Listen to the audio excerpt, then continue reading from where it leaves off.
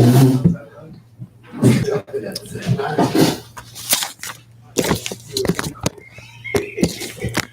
Rambam for Wednesday, Chaf Elul Tavshin Pei, the fourth Perek Rabbi of Hilchos, Krias Shma.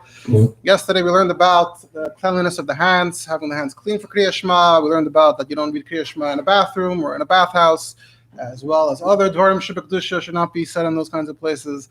We learned about Soya and Erva and all that stuff, etc. Now we're moving on today to Perek Daled, which deals with a number of people that are patur from Krias Shma due to who they are, something to do with their identity or what they're up to, not the location they're in, as we shall see.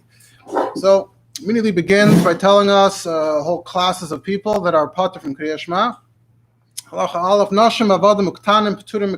So women, slaves, and children, these are often, they often come together as a group. So they're all patur from Krias Shma. That's not an obligation for them. However, there's something called chinuch. You have to train a child to do mitzvahs. So you train the ketanim to read it at the right time and to make the brachas before and after. That's all part of the chinuch. Misha Yaliba, he then moves on to other things. Misha Yaliba taught of an echbas with var mitzvah, we call our mitzvahs, patur mikrias shma. Someone whose mind is very preoccupied and distracted by any mitzvah really. So he is patur from having to recite Shema. Lefichach, but the specific example that we give is Lefichach chasen shenasa besula patur mikrias shma ad sheyavei aleha lefi she'ein daitei pnuya shama la yimtza besulim. So you have a groom, someone who just got married, and he's married a regular girl, besula. So he's patur from Krias Shma even up to a few days until he's actually intimate with her, because until then he's very distracted, he's very preoccupied, he's hoping that there's no issue, that there are basulim. So that's the example in the Mishnah and the Gemara and down here to the Rambam.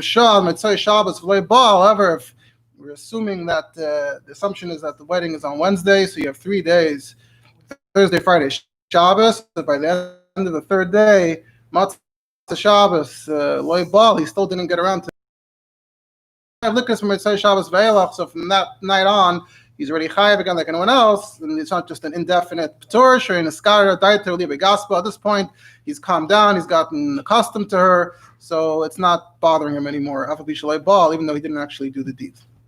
Just to go to Lacha Beis before I comment on different points. However, if someone married someone who was already with another man, so mitzvah, chayav likros, even though what he's doing is also considered a mitzvah, and we were talking about Misha Yalibu Tardim Menechbas with our mitzvah, someone who's preoccupied with the mitzvah. So even though he is occupied, but he's not preoccupied, it's not distracting him. Chayav likros, there's nothing that's really messing up his concentration, and anything like that. So the Kasef Mishnah says that on the whole topic of the chasen. So it says in the Mishnah, chasen patur mikrias shma layla edition on Mosai Shabbos. The Gemara says dafka b'sula, not an almana, because it's not distracting. So the Kasef Mishnah says, Sefer Rabbeinu dehu adin shepatur mikol hamitzvahs. The Isaac b'mitzvah patur min hamitzvah. So that's he's saying that the Rambam holds that he's patur from everything. Patur min hamitzvah. Now Rabbeinu Menayach says b'shem the Ravid that this is only if they're under the same roof, they're together, and then the question is, will he consummate the marriage or not? But if she was a nida, so there's no chance of being together, or she's just too sick, or it's just somehow they can't get a moment of privacy, you have to do b'tznius, obviously. So in that case, even regular chassan with psula would be chayav. He also wrote that from the Rambam, it seems that you're not just patur from Krias Shma at night, you're also patur from Krias Shma by day. The Mishnah says patur laila harishain, so it sounds like we're talking about the nights. So he says, no, mention the night, la puki yom rishon, the day of the chasana, you got married in the afternoon. So it's saying you're patur at night, but you're not patur that day, the day you're actually getting married. Then you're chayav, the kodim, shia kaddish, before you do the kedushin, you spell, daven first, what's stopping you? Then the Kasef Mishnah, then the still Rabbeinu Menayach says, "V'afshir the dafka b'leila is patur," but it could be actually the opposite. Maybe you only patur at night.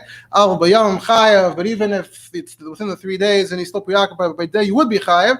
Yisrael kadayshim heim Masach daitemina ve'en kan tir davachim mistaver. Yidden Kadeshim is literally thinking about it all day and night, 24 hours a night. I can understand why it's distracting the whole day. You assume that's not a tirda for such a guy right there.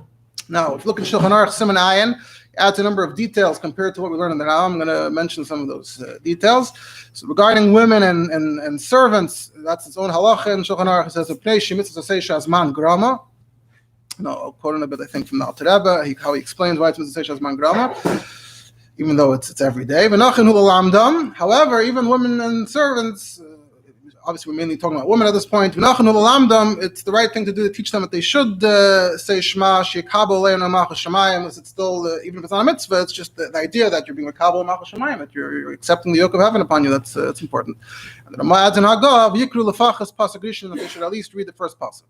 Regarding katanim, so there's another sif in Shulchan Aruch. She says, also interestingly, says Katanim term la Rabbeinu Tam. According to Rabbeinu Tam, children are pater as long as they haven't reached chinuch. Once they reach chinuch, then they're obligated for that reason. Rashi afilu higiu lechinuch, and according to Rashi, even if they are at the age of chinuch, they're still not chayav per se in Krias Shma as we understand it. But any matzi etzloi bisman Krias Shma ba'erev v'yoshen hu ba'boiker.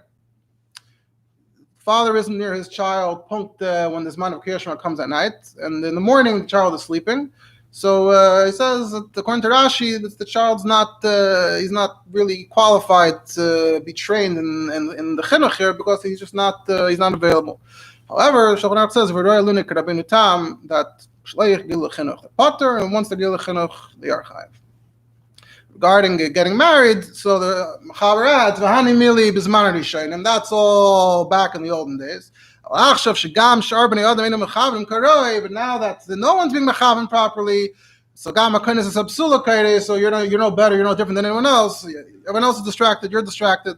Now this is a big fundamental idea in Hilchos tefillah in general. The source for this and this is in the Torah. You look in the Torah. Right, the Rambam just mentioned that later in Halacha Zayin he's going to talk about whether you could be machmer, but specifically regarding the Chasin in the Mishnah, it already talks about can you be machmer or not. Tanakama says yes, Shmuel says not, and the Torah writes that my father the Rosh paskin that he has the right. He says for sure now that no one else can be mechaven, so there's no difference. And he quotes Maram Rottenberg, he's the big mucker on this. That Shloim the lifter chasen always on Yishayim. No one's in mechaven. Now we see this idea throughout Shulchan Aruch and many other halachas relating to tefillah. So that's why you have in Siman Tzadik Ches, you have the idea that you shouldn't daven in a place that distracts you or at a time that distracts you. And it brings from the Gemara. The Gemara says, "Kol shein daitem yishav v'salaval yispal." If you're not calm, if you're not relaxed, you're not present, don't daven. And it says in the Gemara, Rabbi Chanina, on a day that he got upset, if something aggravated him, lava matzli, he just wouldn't daven. And Rabbi Eliezer says, if you come from the road, al yispal tech gimel yom, you shouldn't daven for 3 days. You have 3 days off from davening until you relax from the hardships of the road. You didn't tell us about this in school. Right, because if you didn't learn the Gemara, but the Shulchan Aruch says, already the Torah says that brings a few more examples from the Gemara. There's a whole bunch of the Shmuel wouldn't daven in a house that had beer in it. The beer, somehow the brewing had a smell. It bothered him. He couldn't daven there. Could be daven somewhere else. It's not clear if he didn't daven at all. But at least the idea being that not the makom and not the time. So in theory, there's a big tour for people that are aggravated or agitated or not relaxed. However, the Torah concludes the paragraph and says, the same authority that we just quoted here, that is hard and ata b'chol we don't keep this. We don't have kavan in the first place. So who cares if you're all those things are not really changing the equation, the calculus. It's all the same tefillah anyway. Yeah. So there's actually a chumrah though from this. Interestingly, another halacha this connects to is there's a chumrah. It comes to eating before davening, so ideally you shouldn't eat before davening. And then it says if you're if you're very hungry and thirsty, and it's going to distract your davening, it's already the makar and the halachas and the Gemara, Shulchan Aruch. So then you're supposed to have kavana by tefillah. Kavana is very important. So it's almost like you're sick. You need to eat and drink in order to have kavana. However, now we're saying that we don't have kavana by davening. All of us don't have kavana. So maybe we should go back to not eating before davening. It's not going to help you anyway. Who cares? So the Chaber has to go out of his way and say that also in Siman Samachay that b'kol makom at a shus biyada you can go go like the Rambam who still goes with the old the Gemara's halacha that Rav and Sameh can eat before davening. You can still hold like the Rambam, the Gabi eating. That's what's mamish din Shulchan Aruch based on this idea. I also saw that the Rebbe mentions this in passing in the Shavuos Tavshem and Vav. The Rebbe says in a number of Kehillas you have the minhag that on the Omer it says Dalaf Neim Yat Oimin Lefnei Melech Malcham Nocham Kadosh Baruch Hu. And so some places don't have the minhag to write it, but even the places that don't have the minhag, it's because it's so obvious. There's no need to write it. It's the most basic, fundamental kavana when it comes to davening.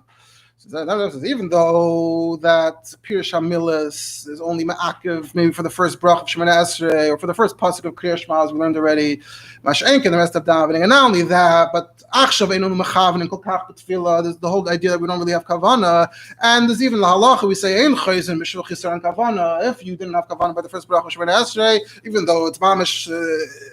Count Shemona Esrei without kavanah in the first brach, but you don't go back, you don't daven again anymore because we say that's another halacha that's based on this. So that's all regarding Pirush HaMilas. What the words mean, let's say the first brach of Shemona Esrei, to think about the details of the bracha. However, the kavanah klalas dalaf neimiyat oimei, the Rebbe says that's so important, that's so basic that if you were lacking that kavanah, then it's actually literally not a tefillin. This is something the Rebbe talks about elsewhere. There's some minimum baseline. You have to be aware that you're standing in front of Hashem, you're having a conversation, even if that's the extent of it. So that just in passing, never mentioned. Even though you don't, but the dal of Nehemiah, whether it's on the Omer or whether it's not, it's a very basic thing. Anyway, so that was what the Shulchan Aruch added regarding the Chasan, that the whole din of Chasanim is out the window for that reason. Look at the Alter Rebbe Shulchan Aruch. So on top of what the Shulchan Aruch already added, so the Alter Rebbe explains why is it mitzvah shazman grama she'ei mitzvasa ela b'zman shchiva b'zman kima. It's not the whole day. It's only certain hours during the day, so that's enough to make it a mitzvah shazman grama. And even Berchas Krias Shma, Alter Rebbe adds also has the zman kavua from Netzach Hama till Arba Shoyes. The zman tefillah. After zman tefillah, you should be saying Berchas Krias Shma.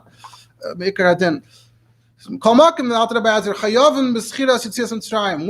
mechuyev in thinking about Yetzias Mitzrayim because that's a mitzvah say Shalei Azman Grama. There's no limit of when every day you're supposed to think about it. Mitzvah by Yom Uvalayla, by day, by night. There's no time when you're not chayev in it. So lefichach yesh lam davar chabracha sheniskan al Yetzias Mitzrayim shu emes v'yatzav. So the Alter Rebbe says even if the women are not saying Shma and the other brachas, but they should actually say emes v'yatzav.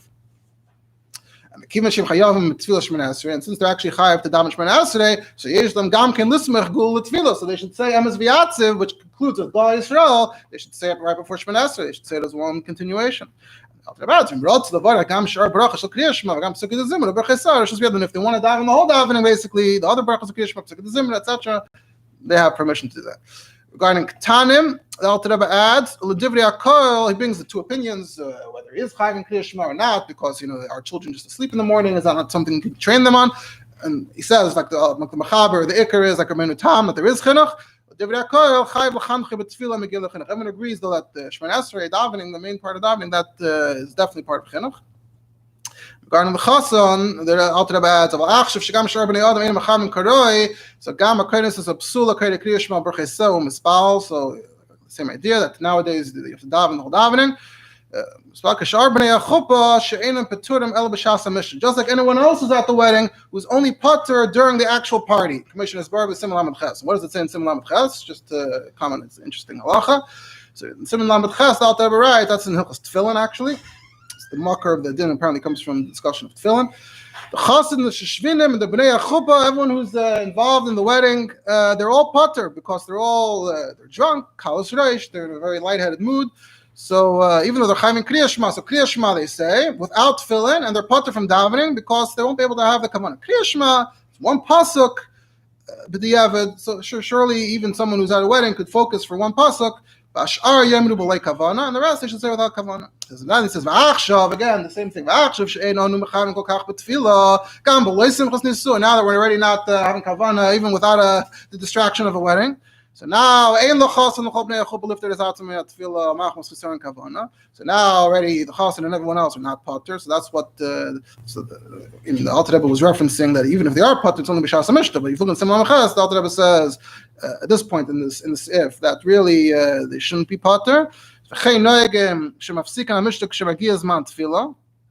that they do interrupt the wedding if Zman Tefillah comes. I mean, right? I mean, if you go to a wedding nowadays, usually it doesn't reach Shachris, but Ma'ariv, you make people like a minyan for Ma'ariv. In the middle, before or after. So Shuvin Lachash Lakal Suresh Rishas Tfimash Enkim, there is Yishayim Taka, they wouldn't interrupt. They would say Krias Shma, move the Mishnah, and that's it. Then it says Yesh Aimrim that the Bechlal in the called Eskim Mitzvah, that they're Pater Mishar Mitzvah, so they even Pater from Krias Shma, relating to what we learned over here as well, that Nechbas B'Dvar Mitzvah, we call Mitzvahs Pater Mekrias Shma. So according to that, they're actually Pater and Gansen. Not b'tzad shichras v'kalas reish kavana, but because of Isaac mitzvah. So in that case, that would even apply nowadays. So this is v'mekel kasvara zulei hifsid. So if you actually are mekel and say that I'm chalav Isaac mitzvah pater min mitzvah, you're not in trouble. Afal pi shenayim kasvara yishad, even though the usual practice is that you make a minyan yudaven. The Alter Rebbe says they v'lachem b'yomei sakai. It's different in the summer. And I assume he means maybe especially in Russia, where you have the white nights, you have nights which are really short. So if you started at night, by the time a few hours go by, it's already the morning. So shlovam sudas and isunin amshachas ad habayker. So pturan mikulam. Sounds like in the Alter Rebbe's time, some were that in such a short night taka they were pater. The chassan has to be with them. Also, one other application of this I saw in one of the Kaiftei Ares regarding a cell phone. So you have, you hold a cell phone during davening. Some mean Beikush Min Esrei. Now it says in Siman Tzadik Vav that you really shouldn't distract yourself during davening. So you're not supposed to hold anything during davening because you're afraid it's going to fall. It's going to distract. Your mind is occupied to some extent by the thing you're holding.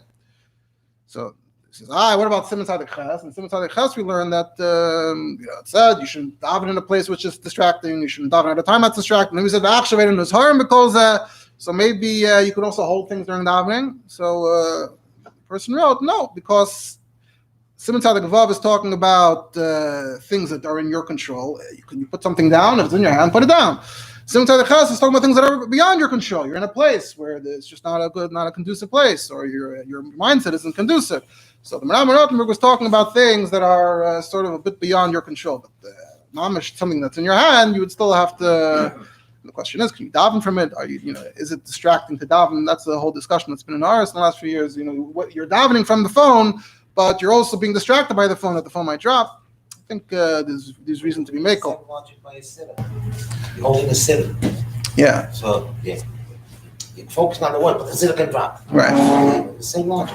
Right. Now let's move on to the next topic in the Rambam. It's a short Perek. So who? Well, we're talking about. I have to look it up. This is just a side topic of a side topic. I just wanted to mention that the Ein Mechavnin doesn't go across the board. It doesn't mean that you can just do whatever you want. If it's something in your hand that is distracting you, should put it down. Whether that applies to a siddur or a phone, just mentioning it. So now regarding Avelim. So we have a bunch of halachas here, Gimel Daled Hey and Vav about Avelim. Misha Meisle Meis Shuchayev this Abalav. So someone died in his family, someone he makes him an oval. So Pater Krias Shma Chik Berenu, so he's absolved from Krias Shma till he buries him. He died to Pnei Likris because his mind he can't concentrate on it. So and if he was watching the body, even if it's not related to him, but he's just the shamer, he's watching. Pater Krias Shma, he's also Pater. And if there were two shamer,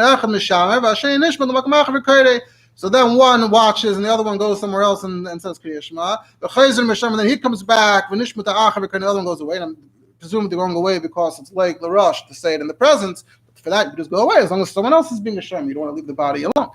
And the same goes for someone who's actually digging the grave, the Chaver Kadisha. If they're actually digging, so they're also potter from Krias Shma.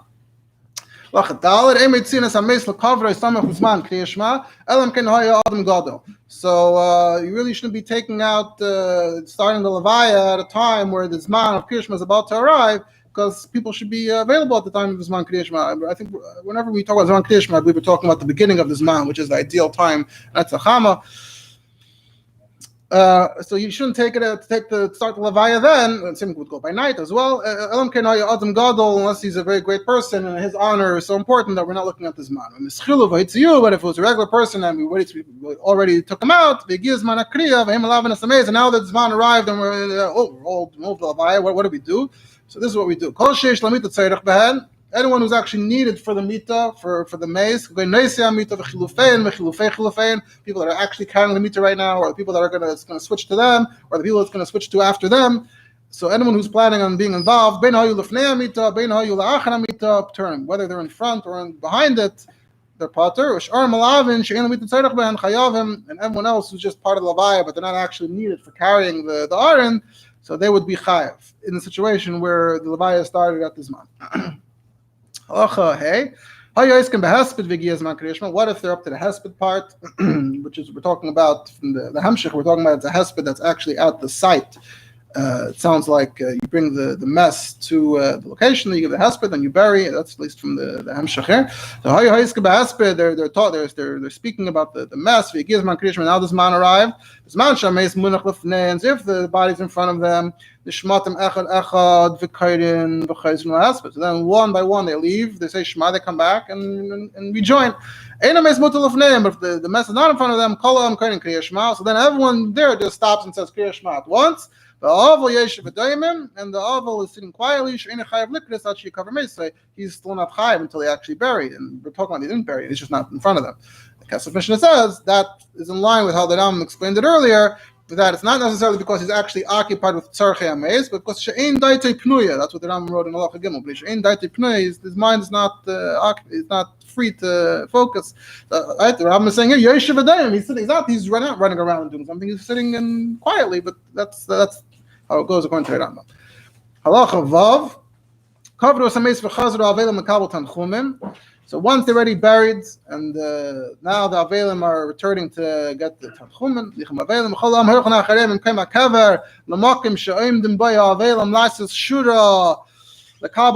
and everyone's following them from where they buried the mess to the spot where the Avelim are going to stand to make a shura to be Mekabel Tanchumen. So you have the whole minhag, the idea of the shura. You have the Gemara in Sanhedrin. The Gemara in Sanhedrin says it's a brayso that Rishona, the way the shura worked was the Avelim stood in one place, and the whole the people that were giving they went past them in a row. The problem was there were two mishpachas in Yerushalayim that always had a fight and a contest and a race. They're always fighting over who got to go first. It got too distracting and upsetting. So for that reason they changed the whole system. They said from now on, the Menachemim, they stand in one place and the Avelim pass. Then Rabbi said that Rabbi and Tzipari reverted it back to the original way, that the Avelim stand and the people walk.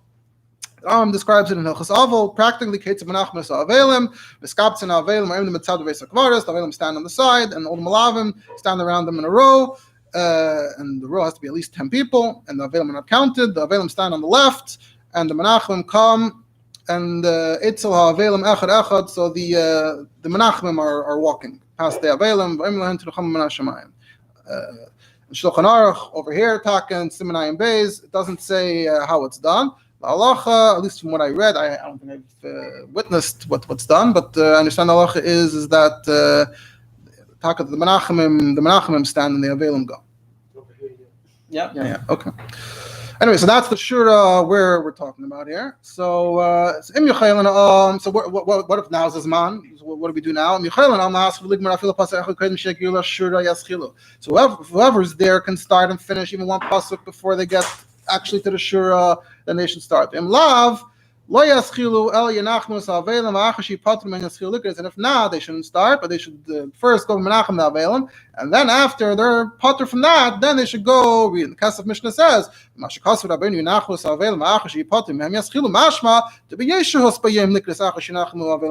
there is time. We're just talking about the idea that you want to do it right away. If not, if it's actually the end of the Zman Krias Shma, then the Chol Gav, no matter what, everyone should say Krias Shma first, and then be Menachem Avol. It's not that urgent. And this whole halacha, the Rabbi said in the beginning that he disagrees. He says not anyone who's at the levaya is even in this category. Even bechlal, people that are in the shur, it has to be someone who's really part of the family, very close, someone that the aval needs to see, not just anyone. And that's the discussion about that.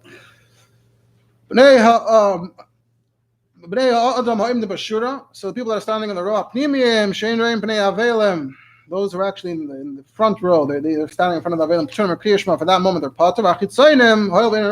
Those who are behind, since they're actually facing the Avelim, it's actually Chayav and Krias Shma where they're standing. Now, regarding all of this, so there are also additional details added in Shulchan Aruch. Shulchan Aruch, he adds regarding Misha Meslemei, someone who is an oval. So he says, "Afilim reitz la'achmer la'atzmer v'likra." He seems to want to be machmir and say Krias Shma. Anyway, any rasha, you're not allowed to.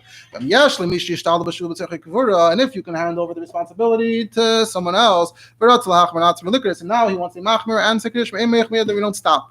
Now that's the whole topic of Mesira Lakatofim, the whole idea of can you hand it over? And there's the Homnick of the Rabbi when his brother passed away. Rabbi Perek has written a lot about it. The whole topic. The Shulchan Aruch also talks about what about Shabbos and Yom Tif. Shabbos, in theory, you're not burying the mess, so the awful is not potter. Yom Tif depends. Regarding the Chayfer Kever, Rambam mentioned that the Chayfer Kaddish are also potter. So he says if there are more than 2 or more that are digging. So if you need all of them at the same time, you need multiple people to dig the grave at once, then they're all potter. But if there's even more than you need, if there's the whole team of Perek Kadisha, so then you can do the same thing. The Shmatim, the Kairim, the Chayzinim, that you step away, you say you come back, and then the next they step away. So the same principle would apply to the Perek Kadisha. Alter Rebbe Shulchan Aruch adds many more details about Mishalat Meslei Meis. We're not going to get into all of that. And Simonayim Beis, he adds that regarding the idea of Halacha Dalet Emet CNS Ames, that we don't start the Levaya at the time of Zman Krias Shma. So Alter Rebbe adds a medr morning Krias Shma Shel Shachris. We're talking about in the morning Krias Shma. Aval Samech Zman Krias Shma Shel Arvis, but if it's the evening is coming, Mutter Leitzia, you should start the Levaya. Aval Bishain Shus LeKavre Kedem Zman Krias Shma. Even though there's not going to be enough time to bury him before Zman Krias Shma arrives. Levishem Lo Yikberenu Hayom Yav. Shem Lo Yikberenu Hayom. Yavar alei Solon. There's for no reason not to bury a person that same day. You're over alei Solon. And even if you'll be able to bury him the night after, it's still a problem. You have to, if you have the ability to bury someone before Shkia, you have to hurry and bury him before Shkia. Otherwise, you were over on this for no reason. So that's why that would override the not starting the Levaya before Zman Krias Shma. And Alter mentions that the Alter Rebbe throughout Shulchan Aruch goes with the Minhag Ashkenaz that they daven Ma'ariv still when it's still light outside. So he says if it's Plaga Mincha L'Mayla, if you're monoic to say Krias Shma from Plaga Mincha, so then you could just say Krias Shma before the Levaya. He says most people Kimin Shareva Olam Noegim Kasvarazu. For those who back in Ashkenaz, it was very common that they daven Ma'ariv Mamish after Plaga Mincha. Halacha Zayin. So no, it's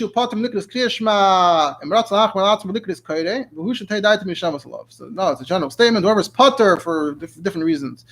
If he wants a machmer and to say it anyway, he could, but he has to be relaxed. But if he was really sort of mixed up, he's not in a good state of mind, then he shouldn't read until he relaxes. So the Rabbi actually comments and says, who cares? Yikra, let him read regardless. And at the worst case scenario, fine. So he was reading some sukkim. It looks like if you don't say it, it looks like you're not interested in being kabel machal shemayim. This is not tefillah. So anyway, tefillah is not psukim, so you can't just read tefillah unless you're trying to talk. And the Gemara is the idea that it's yuhara, that you're bragging at all. I can, even when I'm supposed to be distracted, I can calm myself down. It's not Yura. Also, he already mentions this idea that everyone's reading it not that great anyway. Then he quotes from the Gemara. This is the famous Yerushalmi. In Yerushalmi it says that one of the Mayrim said, I give my head credit, that when I reach Maidim, my body bows on its own. So my head, so it sounds like he was mamish not paying attention to what he was saying. And another Mayrim Yerushalmi says that he was counting the beams while he was davening. And someone else was thinking of who's going to bring the Hadassah to the king. So there's this famous Yerushalmi about how they're all very distracted. They're already distracted, so then what's the problem to say Shema now? Because the Mishnah jumps in and says that we know that the Rambam sticks to the Gemara, meaning if Rishonim come and start changing the Tosfos, changed all, the Rambam sticks to the Gemara. The Gemara said, what's that the Rambam writes? Why not read? Because the Gemara says, Yura. That's what the Gemara said. The Gemara said, you shouldn't be showing off. It says, they're the ones who flipped it and said, Fakert. If nowadays, if you don't read it, that's Yura. Because now you're bragging and you're saying, "B'chol pam ani mechaven." Oh, I have such amazing kavanah. Whenever I say Kriyas Shma, no, right now I'm too distracted. I can't. That becomes the yura nowadays. You're bragging that you always have kavanah, as opposed to the opposite. It's a whole discussion back. Now, regarding that, actually, Rishalma that Rabbi brings, there are a lot of svarim. They find it difficult to accept that the Rishalma was saying they literally didn't have kavanah in Chassidus. So this Chabad, you see it quoted a lot. Look at the Sichos, the Minafshei Kara being the idea that Fakir, it's a Maila, that he's so bottled, he's so nullified to Ratzon Elyon that his body just automatically does whatever needs to be done at that moment without even having to consciously tell himself, oh, this is what I need to do. All right. Now, regard last halacha, ches kol atmei chayav mekriyash ma varchim lefnol acharav v'hem tumas. Whenever it's tamei, you still chayav to say kriyash ma and the brachas and everything. The tumah is not a problem. Av b'shav shalei halalas mitumas mebayim. Even though they could actually be matar themselves right now. We're going to noigim b'sharetz, tumas sharetz, or b'nida, b'zava, mishkav, chayitzben, all those tumas. There's one exception. Ezra, the beis dinoi, Ezra is based in tiknu shal yikra bal keri levadoi mishar hatmei mashiyit. Only the bal keri, someone who had an nocturnal emission, so he's the only Tamei who should go to the mikveh first. And the Rambam says, however, this takana did not spread, did not catch on. People didn't have the ability to stick to it. So it didn't. It's actually not in force. And the minute already is that anyone's about Keri can read the Torah and say Krias Shma and everything. Taita can become Tomei. Now there'll be more a minute. The Kasab Mishnah says, if individual mekabel tuma, so why do we have to care if it's if we're in a dirty place? Individual mekabel tuma, let there be tzoya, let there be all those things. What's the difference? So he says, one answer is that over there at least you see it, so it's disgusting. Here, it's tumas hatmeim is not, it's conceptual, or it all depends on the Torah. The Torah said like kait vare ka'esh. That tells us that in different term and it also says so we know that sometimes being in a dirty place is not good. And he also says the Rambam is being medayik over here that if Ezra is based on takana, how can you override? You need a bigger basin. He says the only exception to the rule that you need a basin is the way the Rambam formulates it over here, that because v'loy pashta, because it never actually spread to begin with. If it was just in Kayach Revat Simmer Labid, but it wouldn't be enough. You would still need a basin to come and say, Revat Simmer Yochain Lama. However, because of a loy pashta and in Kayach Revat Simmer, that combination is the only way that you can actually get around a takana like that from a great basin. Of course, in Chabad and the Igris, that I mentioned, is the term Tfilas Ezra a lot. So even though it's not, even though it's not chiyuv, but of course that's a whole topic on the mikveh. We'll stop here. What was that?